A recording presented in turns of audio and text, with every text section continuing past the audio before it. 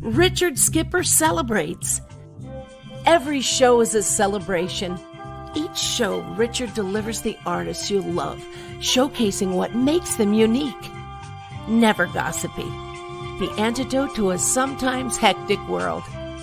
Now, here's your host, Richard Skipper.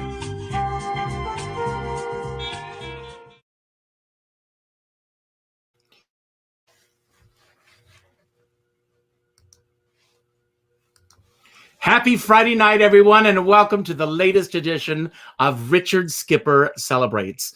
This, of course, is the show in which I celebrate artists and their body of worth. And boy, do we have a great artist tonight. I even dressed a little flashy for the occasion. I can't wait to see what he's going to be wearing. But anyway, I want to take you back to the late 90s here in New York, in the New York City cabaret scene. And some interesting phenomenon happened. And don't ask me why and how it all came about, but Judy Garland, Barbra Streisand, Marlene Dietrich, Peggy Lee, and yes, Carol Channing were all performing in New York City cabaret rooms, or as Sidney Myer would say, some facsimile thereof. But in any case, the one person that was standing beside all of those entertainers, myself included, was David Maiocco. And in 2002, I actually won a MAC Award. What is very special about this MAC Award is that I shared the MAC Award that evening, not only with Miles Phillips and Parker Scott, who were also, we'll talk about that a little later, but my musical director was David Maiocco. And it's not just that David Maiocco is a great musical director, he's also a great friend. And when he gets involved in a show, you can rest assured that the bar will be raised a little higher. Now, for the most part, when people think of musical directors, they may think of musical directors as being in the background. I don't like to think of that as at all. I like to think of him as being by my side, literally making me work harder to be better than I possibly thought that I could be. And he has stepped also into the spotlight himself. Some of you may know that in recent years, he has really taken off as Liberace. And he is one of the hottest acts in cabaret internationally with his show Lee Squared with Chuck Sweeney as Peggy Lee.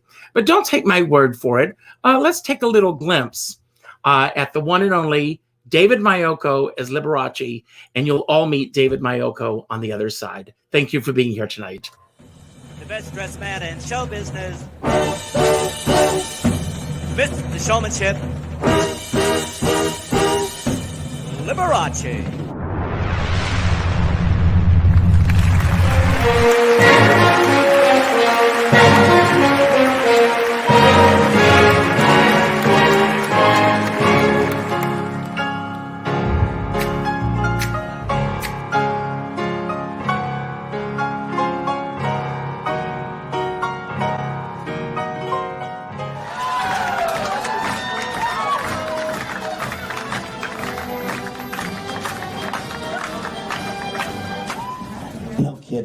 When you wear costumes like this, you've got to be very careful how you sit.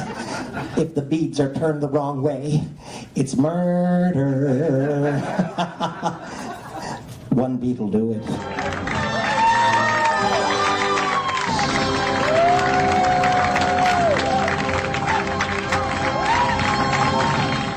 Here, you want to feel the trim? Go ahead, have a grab. Hey, go ahead, grab it, Carol. Here you go. Hey, if I got it, you can touch it. Oh, do you know what it's made of? It's virgin fox. Did you recognize it? No. Of course not, because it takes one to know one. How about you, sir? Would you like to hold my white fuzzy balls? There you go. Oh, look at him. Two at a time. You can tell he's done this before.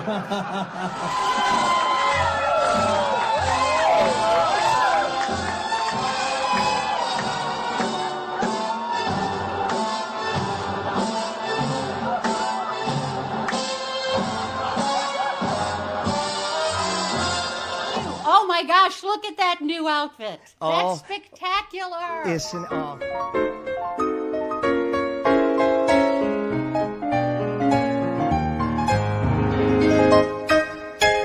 Goodness gracious. Look at you in canvas. All ready for your debut.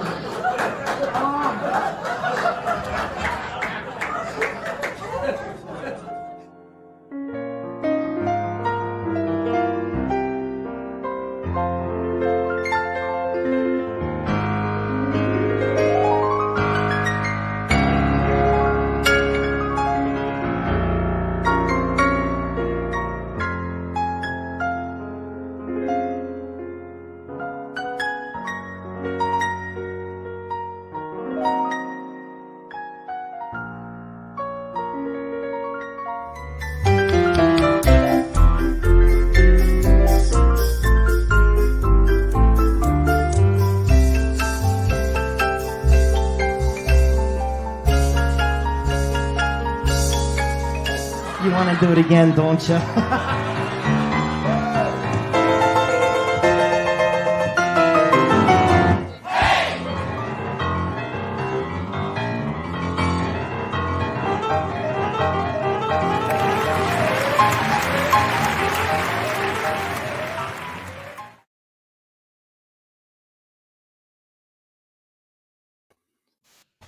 I was going to wear canvas tonight, but then when I saw what you were wearing, I had to go and change. David Maiocco, how are Richard you? Skipper, how are you? Oh my God, it is so good to see you.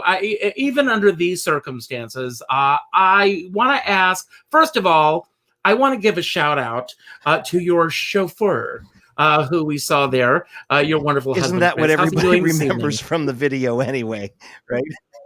No. It's those magic fingers going back and forth. He's doing very well, thanks. He's a great help during these times when we're doing the virtual setup. In fact, that's all his decor behind me on the virtual set here. So God bless him. Yeah. And I want to ask, as I ask everyone on our shows, because we are in the midst of a pandemic, today makes 281 days since our theaters shut down. So I want to ask how you two are doing really in the midst of all this. Well, you know, we're very much fortunate because we both actually have jobs. You know, I'm so grateful to be able to travel all over the place and do my art and this work. But we actually also, he's a ballet instructor, and they've been able to do Zoom classes. And I actually have a dermatology practice that I run. Mm-hmm. I actually do. And I've never been more grateful. Oh, you don't need anything. You know, when you do, call me. I'm going to definitely call you. But you don't need anything now. But yeah, you know, it's, I think, I got to tell, I've never worked harder in my life because I find this very important to do these things. And you know, thank you for doing this. I mean, there are so many people who are at home. There are so many artists out of work. This is kind of the way that we keep in touch with everybody, you know, and from the non-selfish side, I'm very happy to work my butt off, you know, to learn new music every week and to show up and, you know, do a show every week. Selfishly, it keeps me sharp, and I can't imagine not doing it. You know, when I first started doing these interviews, one of the earliest interviews that I did was with Donna McKechnie. And she said that she believes that artists basically have a better handle on this than those who do exist with 9-to-5 existences, because we know what it's like to be between gigs, how, you know, the long wait times, everything. And I applaud you. I mean, you've taken Liberace, put him right into our homes once again. A lot of people, I'm old enough to say, I remember when Liberace had his regular show on television. With his brother White, yes. So you know, but it's great that you're bringing that sense of all of this back. And I want to ask you, David, I always like to go back to the 5-year-old David Maiocco. Could that 5-year-old little boy ever have imagined that X number of years later he would be living the life of Liberace? Not in a million years. That 5-year-old little boy, actually, very similarly to Liberace, I started playing the piano by ear when I was 3 years old, long before I knew what I was doing. So it's definitely a gift that was given to me.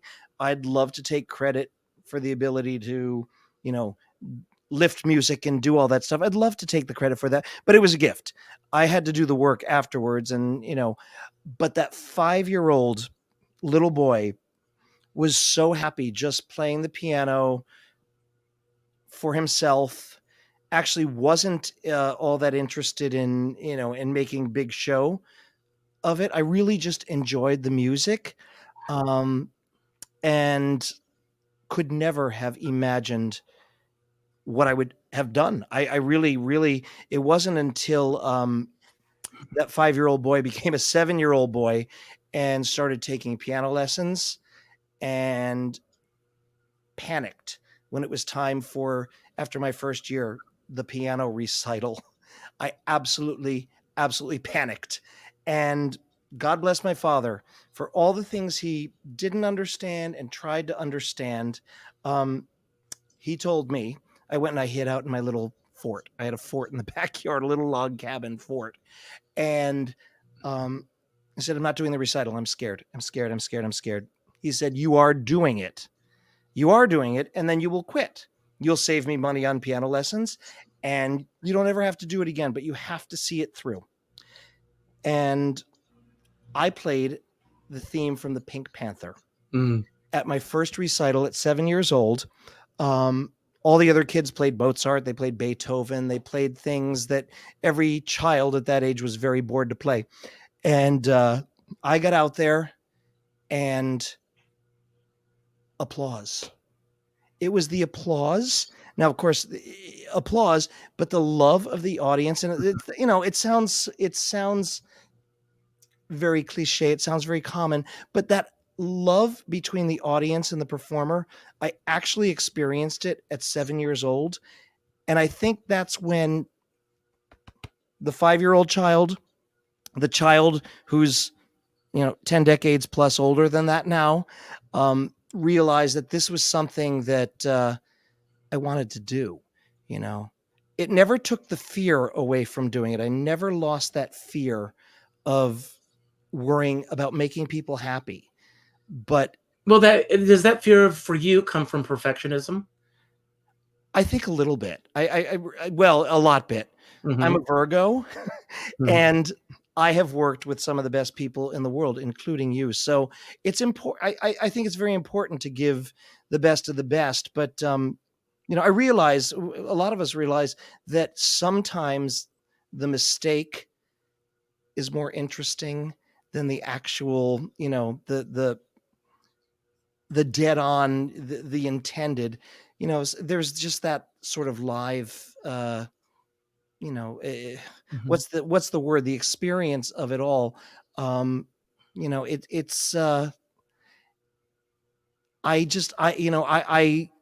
realized that I want to do this forever. And the fear can come along with me. We're going to take it for a ride, and we're going to love everybody who's interested and wants to share with us. And we're going to just keep spreading the joy of doing it, right? Now, going back to the 5-year-old, did you have a piano in your home? Actually, not at 5 years old. At 5 years old, so my father's a doctor.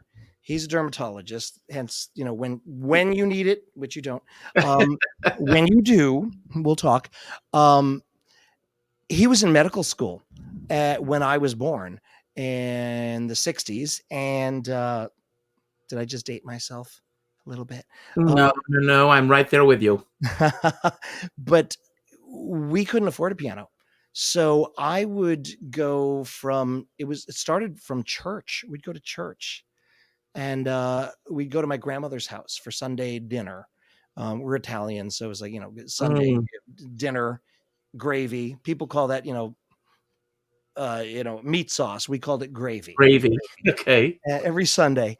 And I couldn't even touch the floor, the pedals, but my grandmother had a piano.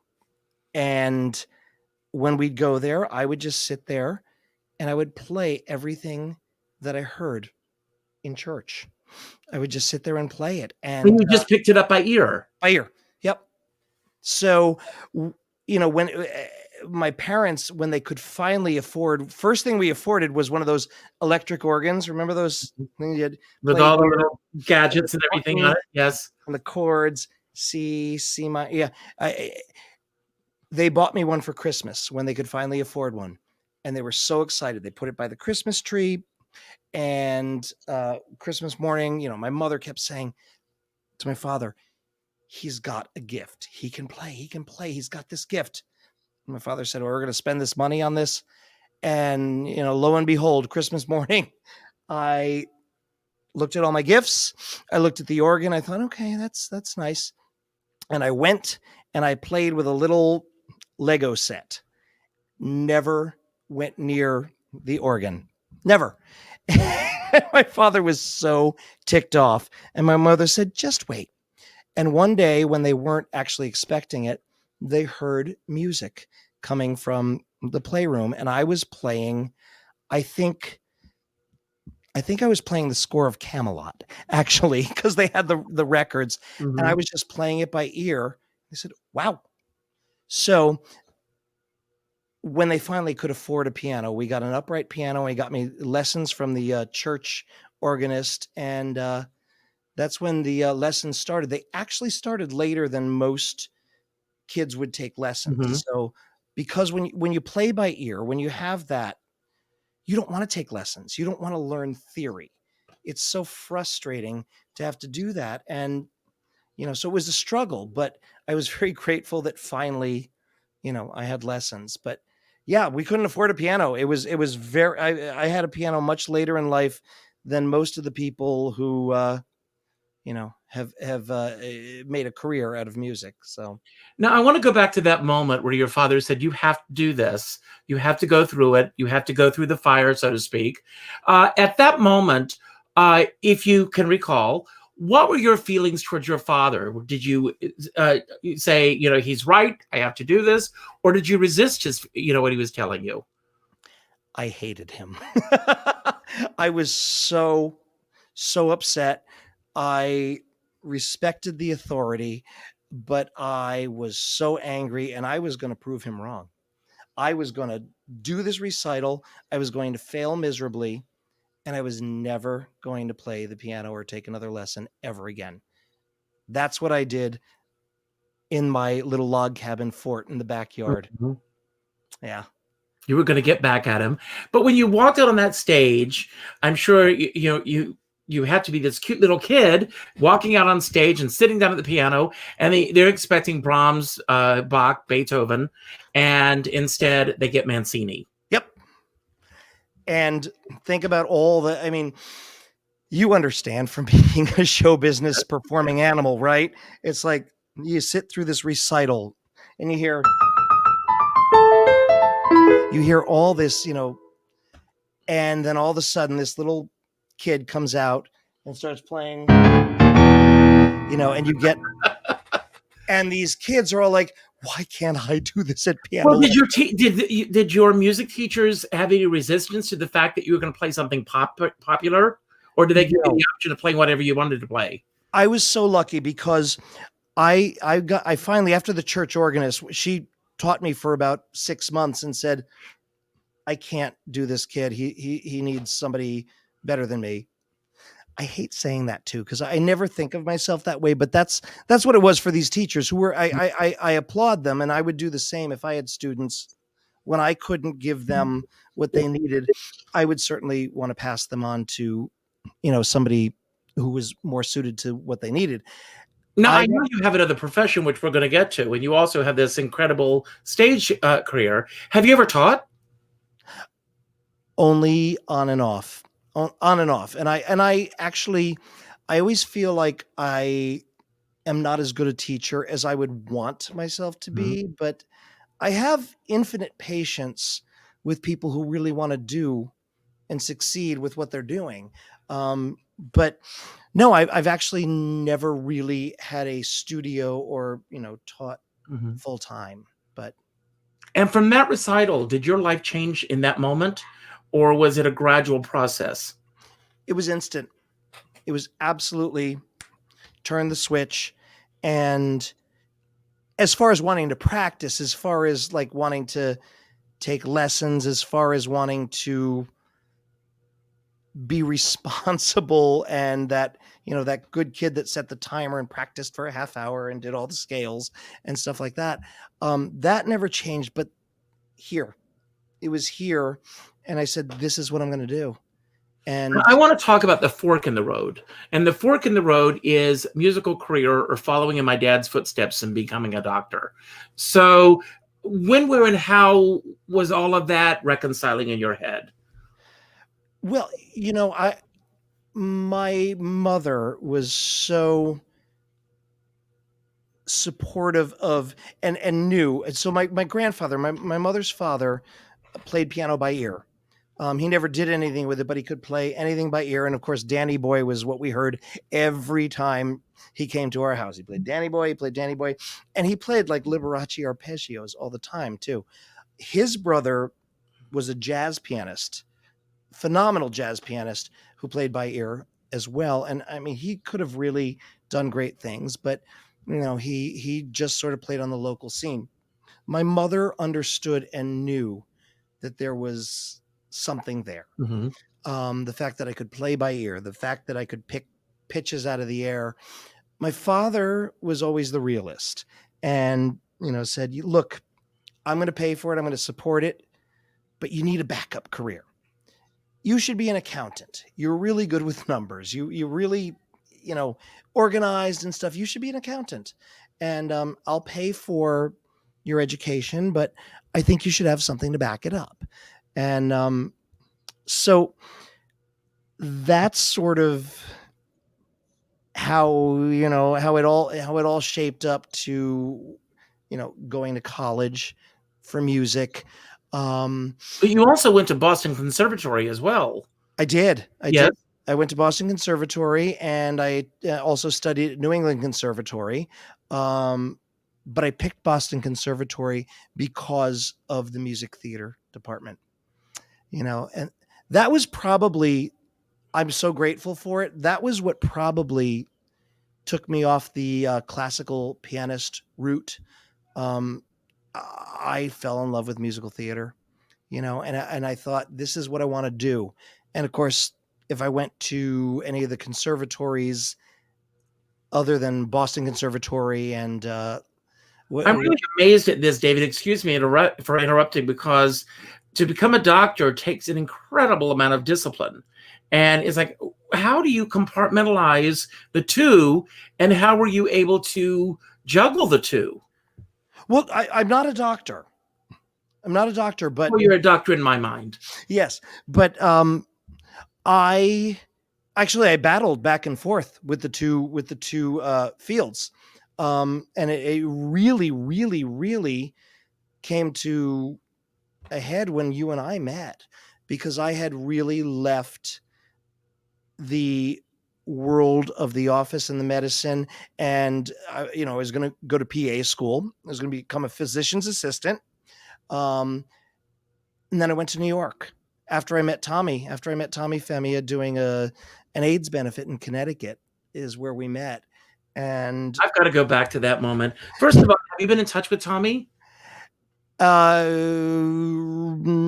recently enough. Okay, But yeah. If anyone knows, we send him our love. Yes. I miss him. I haven't heard, or I just wonder how he's doing. Yeah, he's had a rough go. He's definitely had a rough go. I'd love to say, hey, he's great, but he's had a very rough go. He's had a lot of loss in his life, and as anybody who doesn't know Tommy, as Richard and I do, a beautiful, beautiful, beautiful love of a person, a talent that is just like amazing. hello, Roof off. For the one or two people out there who may not know who Tommy Femia is, he had a phenomenal career performing as Judy Garland, and he won every award that you could possibly even acknowledge. The second time I was nominated for a MAC award, I lost that award to Tommy Femia. So Tommy will always be there, you know, but it made me strive harder the next year, though. But you met him at an AIDS benefit, and I'm assuming that he was performing as Judy at that time. He was performing as Judy, yes. And how did the relationship begin between the two of you? So he had just finished the off-Broadway run of Whoop-De-Doo, and we were doing an AIDS benefit of the show. And the director, Scott Robbins, who I worked with, who actually was probably my first inspiration to theater. I started music directing in a youth group when I was 15. I walked into this, you know, audition of people, and I so badly wanted to do it. But again, I was terrified. My mother said, "You're going to play for this audition. You are going." And I said, "But I'm sick." You know, it's like, she said, "No, you're going. And then afterwards you can go to bed." I went and I played, and it was the musical Snoopy, and which is a wonderful, it's this sort of the sequel to Good Man, Charlie Brown. And in my opinion, a finer score. It's a 2-piano score, which I didn't know, but I walked in, they put the music in front of me, and I played like 4 hands, and they said, "Hey kid, you're hired." I think I made like $20 for, you know, a run of like 5 shows, and I was thrilled. But when I walked in the first night, I said, "Okay, here I am. Where's the music director?" And the director looked at me. He said, You're it, kid." It's like, oh my God. And I learned, you know, baptism by fire, as most of us have. So cut to 1996 or 97, when they were doing this AIDS benefit, and the director got in contact with me. I hadn't worked with him in forever. And he also told me, he said, "Look, we can pay you a little bit. I don't care. I mean, I'll do anything for free. I just love doing it." And he said, "And I've asked Tommy Femia, who was in the original cast on the recording, to just reprise his role as Judy and Nancy Reagan," where he did the Nancy Reagan part too. And That's incredible. And I said, "Okay, yeah, fine." So when Tommy walked into the first rehearsal, he agreed. You know, there was some kind of equity waiver and thing, and he came in and he agreed to do it. He walked in. I was 20-something years old, and he walked in and he said to his husband, he said, "Get me out of here. There's a kid at the piano." I was like, "Oh." You know, and I had worked so hard. I was so nervous. It's like, oh my God, Tommy Femia, I'm going to play. And so you knew of Tommy, obviously. Well, I did my research Mhm. once I heard who was doing it. I had seen Whoop-De-Doo, and I wasn't sure who was who. And then when I was told, "Yeah, no, it's the guy on the recording," I was like, oh my God, okay, so excited. And I thought, okay, I'm going to work really hard, and he's going to really love me. He's going to love me, and he's going to hire me, and I'm going to do this forever. And sure enough, he walked in, came up to me, and he's like, "Okay." And I played the number was The Magic of Me, was the Judy Garland number in that musical, like by Dick Gallagher and was it Mark Waldrop? Mark Waldrop, yes. Yes. I mean, it was a fabulous score, great writers, great people. And I played it, and he looked at me and he said, "Can you play Trolley in F?" That sounds like Tommy. And I said, "Oh my God, I heard a drag queen lip sync to it once in Provincetown." And, you know, he said to me, he said, "Let me put you on my sub roster," is what, you know, and like you at that point in time too, he was very smart. He had many people who knew his show. I mean, it's very important to do that when you're performing something like that. I said this before, and I'll say it again. When I first began, the greatest piece of advice that I got was from Katie Sullivan. And she said, have at least 5 people who know your show, so you're never at a loss. Yeah. Yeah, exactly. And you know, as much as when you're the music director of something and you think, this is mine, I don't want anybody else to do it. That's what makes sense. And it's also great when you have to go and do another gig somewhere. There's somebody who's there for the person that, you know, that you've created the show with and that you actually care I don't know about. if you remember this, but one time I was booked on Fire Island. You were booked to play for me, and you couldn't get you were not going to be able to do the job.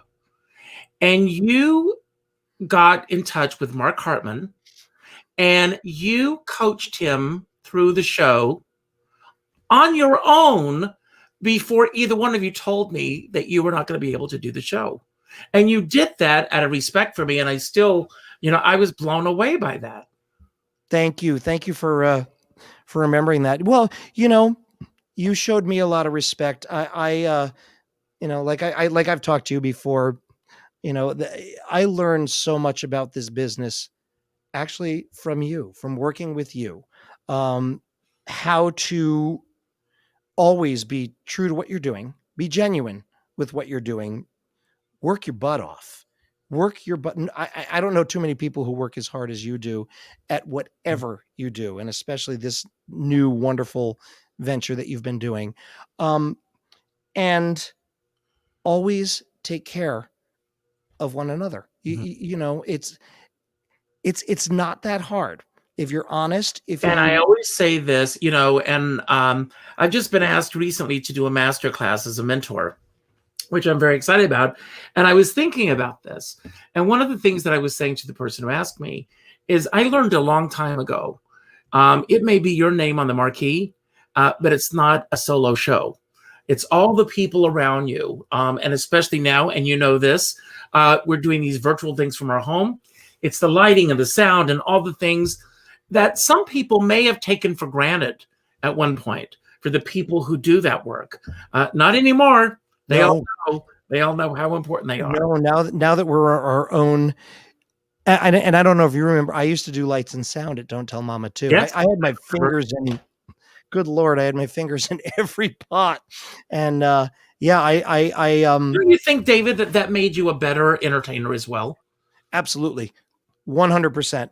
It's like used to be, you know, repertory theaters. I mean, when I first came to New York, I worked at the 13th Street Theater.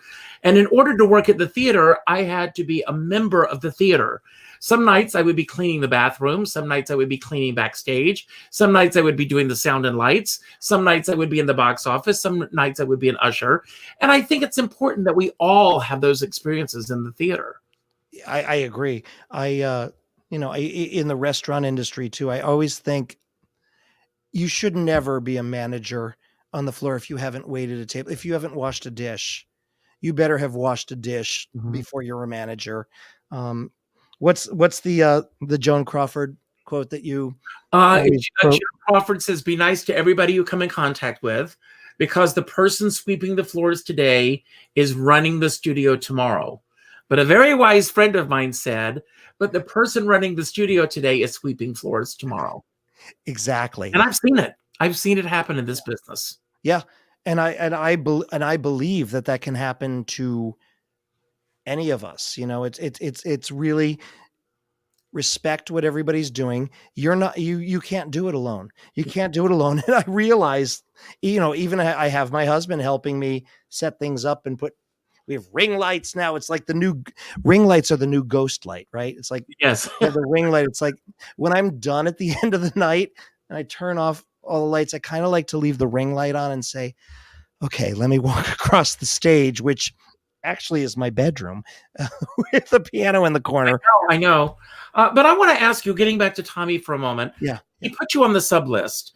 How long did it take you to get from the sub list to being his A1 person? Because you and Tommy did hundreds of shows together. This is where, when people say,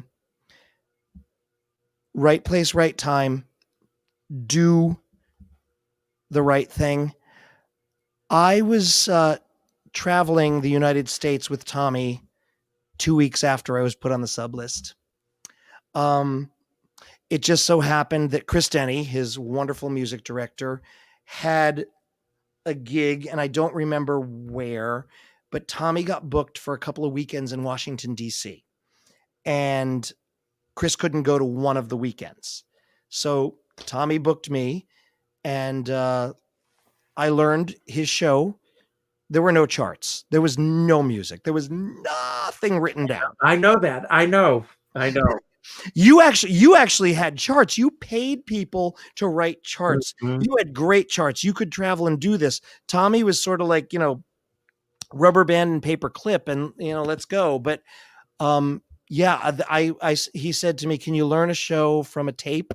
As a tape then, and I said, "Of course I can." And I went home and I sat down with my Walkman on, and I started playing. It was a Walkman, and started learning Stormy Weather and the chords. I didn't know any of these songs. I was a very bad young gay. I knew Broadway. I didn't know Judy Garland. I had a lot to learn. But I remember Julia Roberts once saying, when people ask you if you can do something, Say yes and then learn how to do it. exactly. And that's pretty much what I did with Tommy. And within 2 weeks I was traveling with Tommy, and I became his primary music director, because Chris Denny was very, very busy. Chris Yeah. he was playing for at that point, of course, Karen Mason, Lauren Julie Dallas, Julie Wilson, the list goes on.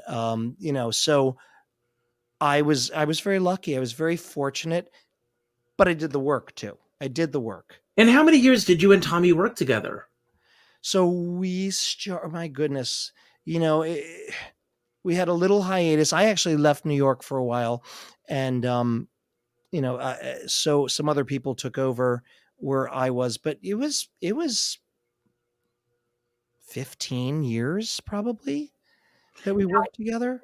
As I said in the introduction tonight, it was very interesting. And to this day, I don't understand it. I mean, there have been female impersonators. There have been drag performers. There have been all of the nom de plumes that you want to put on all of them.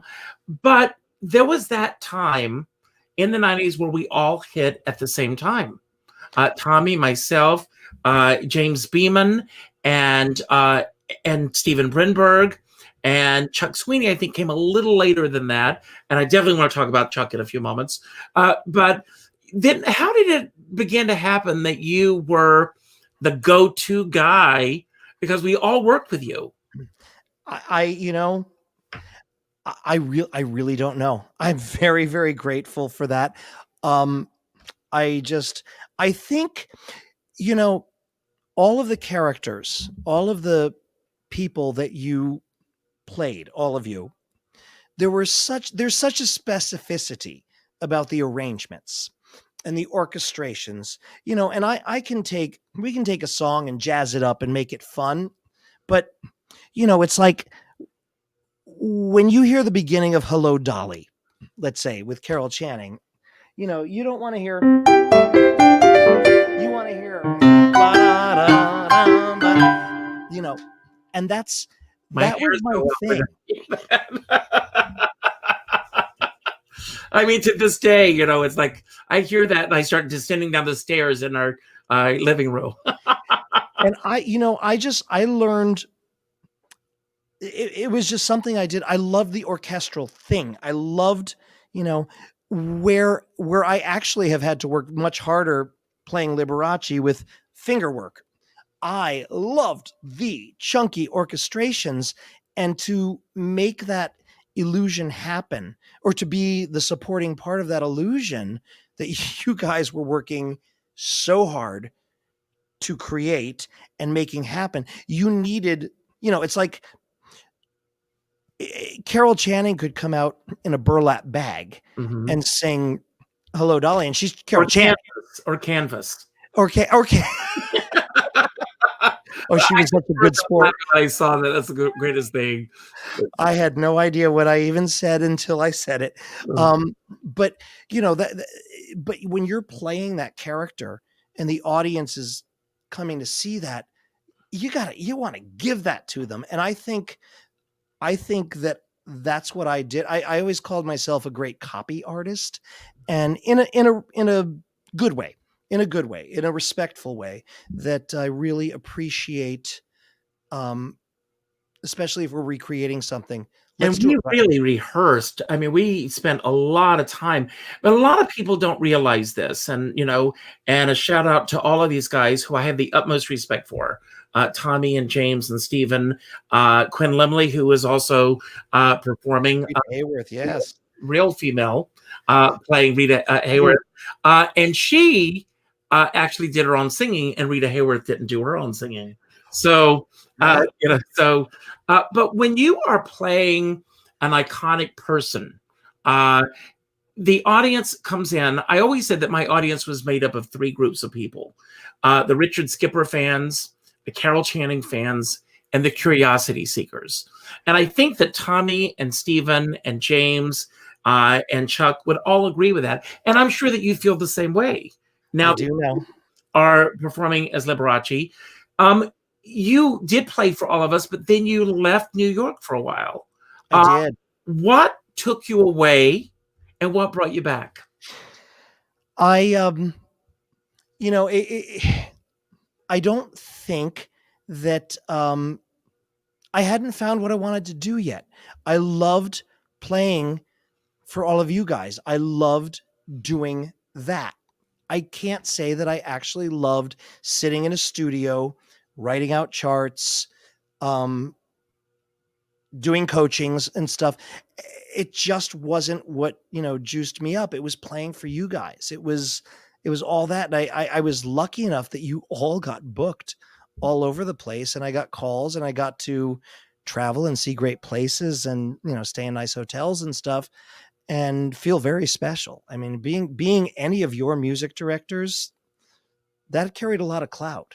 It was really fun getting off a plane with any of you guys and having the people who were hosting you also come up to me and say, hello, you're the music director. Hello, here, let me take your bag. Let me, here's where you're staying. Here's, it was wonderful. And I kind of fell in love with that part of it as well. And that wasn't always there. So I thought to myself, you know what? I don't know that I can really do this New York life. I had a couple of sub jobs in Broadway pits for Miss Saigon, for Chicago, which was wonderful, but it still wasn't what I wanted to do, So I left. I came back to Connecticut, and I said, you know what? I want to play it safe. I want a house. I want, like Sideshow, I want what everyone wants. I just wanted to be normal. And as you know, and as many performing animals know, that can only last so long. Depending on, what kind of performing animal you are, is how long that will last. But it lasted for me about 9 years, maybe 9 years. I actually left performing. I would go in. I used to play for Sidney Myer as well. He was my only non-drag act that I used to play for. But it wasn't for me to do that. So I moved back, and then, eventually it just sort of eats at you. And when you don't use it. No, you said that you wanted a house and a husband and all of those things, and you got those things. I do. But when you met Chris, were you doing this, or did that come afterwards? It came afterwards. So, well, actually, I met Chris. We went to college together. So I was 20 and he was 17 when we met in 1988 or 9. And then, of course, we had 18 years in between because it was a different time. And he came from a very Italian family, and he got married and had a child. And thank God we love our son, Dominic. That's why his marriages are never a mistake. Yep, exactly. He's a gift, and he's 20. He's my stepson. He's never caused me a minute's trouble. He lives in Vancouver. That's very far away. How could he cause me trouble? But trust me, they can. So you're lucky. Okay, I am going to take your word for that. But Chris and I reunited back in 2010. So it was many, many years. And we were trying to decide, was I going to move to Canada? Because that's where he was living with his ex. And or is he going to come back here? He's from Cape Cod originally. And, eventually it all sort of settled that he was going to come here. And, and I wanted him to teach dance again. He's a ballet dancer. He danced for Boston Ballet, Louisville Ballet. I mean, he's a dancer, and he was working in hotels, managing restaurants in Vancouver. And he was very good at it. And he was managing Five Diamond properties and Relais and Chateau things. But it's like, I would love for you to be working in your art form again too, which fostered the need for me to pick up extra jobs because, as you know, just doing those gigs on the side, they don't really pay. Mm-hmm. So I started picking up jobs music directing at local theaters here in Connecticut. So I would work my day job, and then I'd go at night and work these, community theaters, college theaters. And eventually it basically just led back to, okay, maybe it's time to jump back into this. And maybe it's time to do that thing that my dear friend Chuck Sweeney said to me back in the year 2000 when I started working with him, and said, you kind of look like Liberace, you play like him. Why don't you try it out? Why don't you try a Liberace act? This was back in 2000. And it didn't, of course, happen until 2016. So I wanted to take it slow. I erred this side of cautious, I guess. But I don't think anybody can step away from it forever if it's here. Mm-hmm. If that's your gift, if that's your passion, you can't. He made the suggestion that the two of you work together, and I want to have you back sometime. I want the two of you together because I've said this before. With all due respect to everyone else, I mean, you two have a magic and a chemistry on stage that, I mean, there are certain things that he says that are like running through my head right now that I don't even want to say because I don't want to give away his jokes. But things that I've heard a million times, like, for example, without giving away the punchline, singing to tracks. And every time he explains that to the audience, I'm on the floor. Yeah. And I think he is a brilliant, brilliant, brilliant entertainer. Yeah. I am such a fan of Chuck Sweeney's. He is brilliant. And I thought when I ever got the courage to do it, because I was terrified of doing it too. It's scary enough being the driving force and the music behind what you guys do and did. But to then actually step out and be responsible for it, to do that, it's terrifying. And I thought, did it take off right away for you, David, or was it stops and starts to get there? The Liberace aspect of your career. It was, once it happened, it was full steam ahead. I'm such a Virgo. I am like, I'm all or nothing. It's like, somebody finally said, my mother said, I'll pay to have some costumes made for you. And a friend of mine who I went to high school with bought a theater in Connecticut. Who knew? And she said, I'll produce it. So it's like, okay, I really don't sort of have a choice now unless I just want to say, nope, don't want to do it. And that's when I said, so literally I had the idea for Lee Squared. Liberace, as Lee was his nickname, and Peggy Lee. I had the idea for that way back when. And I said, whenever I am doing this, I think I will do this with Chuck because I know he'll be very supportive. And he's funny. He's so smart. He'd be an anchor. Me trying this out, like you could try out a new act and, fail. But when you put something together that offers a balance of, comedy, music. One thing that I'll say about Chuck, and I hope he doesn't take this the wrong way, because I bow to Chuck. Tommy, Steven, myself, we spend out, and I'm sure you too, we spend hours putting our makeup on. Chuck comes in, puts the wig on, the lips, and the glasses, and he's ready to go. I actually hate him for that too.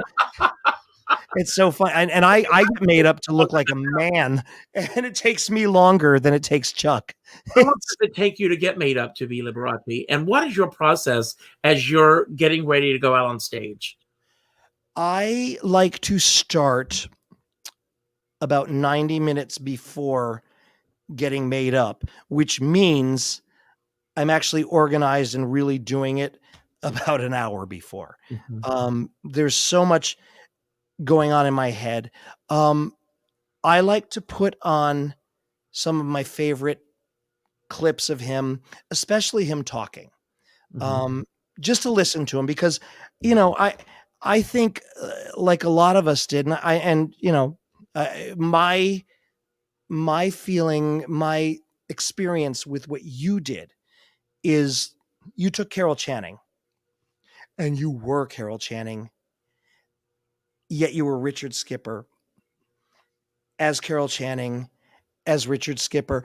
And it was just an experience. It was sharing with the audience your talents through Carol and you, and it just brought it to something more real. You know, it wasn't a museum piece. You weren't doing a museum piece.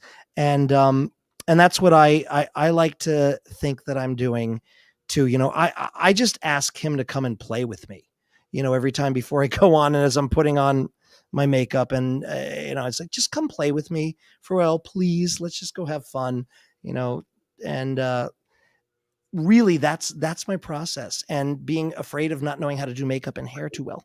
Now we are almost at the end of our show, which I want to have you and Chuck together. I really want to do that. But before we go, I hope that I'm not putting you on the spot with this. I'm going to put you on the spot a few times here now, so get ready. Absolutely. We're going to play like a word association game. Okay. And I'm going to mention some of the people that you've worked with, and I want you to tell me, if you can, the one valuable lesson you learned from each of these people. And I'll start with Tommy.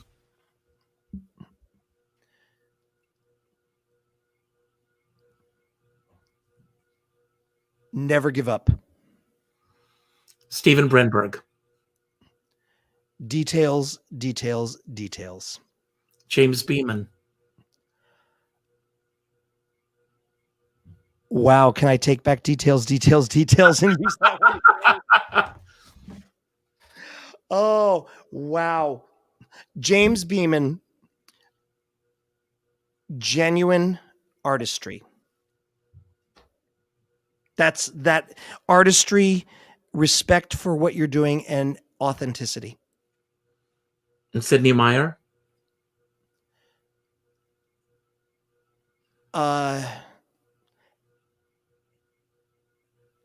Absolute relation to your audience. Just go with them. Whatever you're doing, whatever they're doing, just go with it. Chuck Sweeney.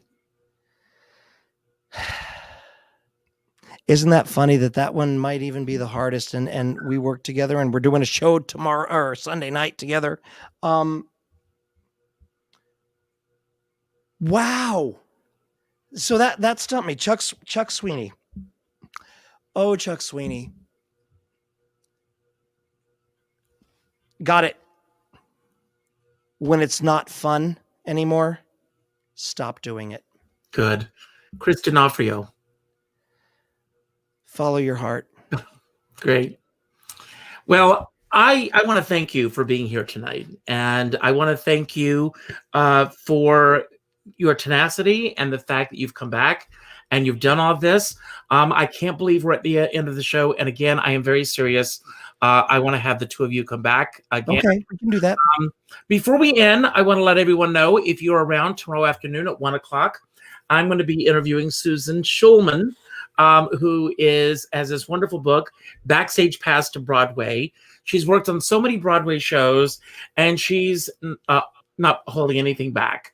The book, it's right here. I've been reading it. She tells everything. Something you have to read the book, because I'm not going to go there. But I love Susan. I love the book. I can't wait to do it. Thank you all for being here tonight. I hope you all had a great time. If you did, and if you haven't done so already, please go to my website, richardskipper.com, sign my guest book with your thoughts about the show. That really helps to boost me and other markets. I also end every show by telling everyone to go out and do something nice for somebody else without expecting anything in return. Now, when's your next show, David? So Chuck and I will be on Facebook Live and YouTube on the Virtual Piano Bar network, which is where I do a weekly Sunday night at 6:30. And this week is Fa La La Lee Squared at 6:30 with Chuck Sweeney and me, Peggy Lee and Liberace. Will you post the information on my page?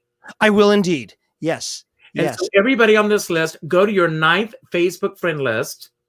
And then you're going to go to my page. You're going to get the information, and you're going to share this with your 9th friend so that we build the audience and get out there. Now, I'm going to give you the final word, and I'm going to ask 2 things of you. Number one, before I was getting ready to do the show tonight, I was listening to Liberace in my preparation for tonight, and I had never heard his version of Over the Rainbow. And I don't know if you play his version of Over the Rainbow, but since this world began with Tommy Femia, as an homage to Tommy and your beginnings, would you play that for us? But before you do, I want you to have the final word. Anything you want to say about anything that we talked about tonight that you want to expound upon, anything that we didn't talk about that you wish we had, or any message that you want to put out to everyone at this time. And then I will leave the screen, and if you could send us out into the holiday season with Over the Rainbow. Could you do that for me? I would be thrilled. Thank you, Richard. So really what I want to say to you is thank you. I'm so grateful to have been asked to be here tonight. I'm so thankful to all of you who tuned in. Richard has been very special to me for most of my career, and I learned a lot of what I do now and through the years from Richard, on stage, off stage. Always be good to one another. Always take care of each other. Do your work, do your research, but be kind and be generous. And I hope that everyone continues to take care of each other. I hope everyone continues to wear a mask. It's not that hard. Please do that. Tune into all of Richard's shows. I am so honored to be part of it. I mean, he interviews like celebrities beyond, and me. And I am going to see if, can you hear me? Okay, I'm going to take you out with a little Liberace, Over the Rainbow. Thank you, everybody. Mwah.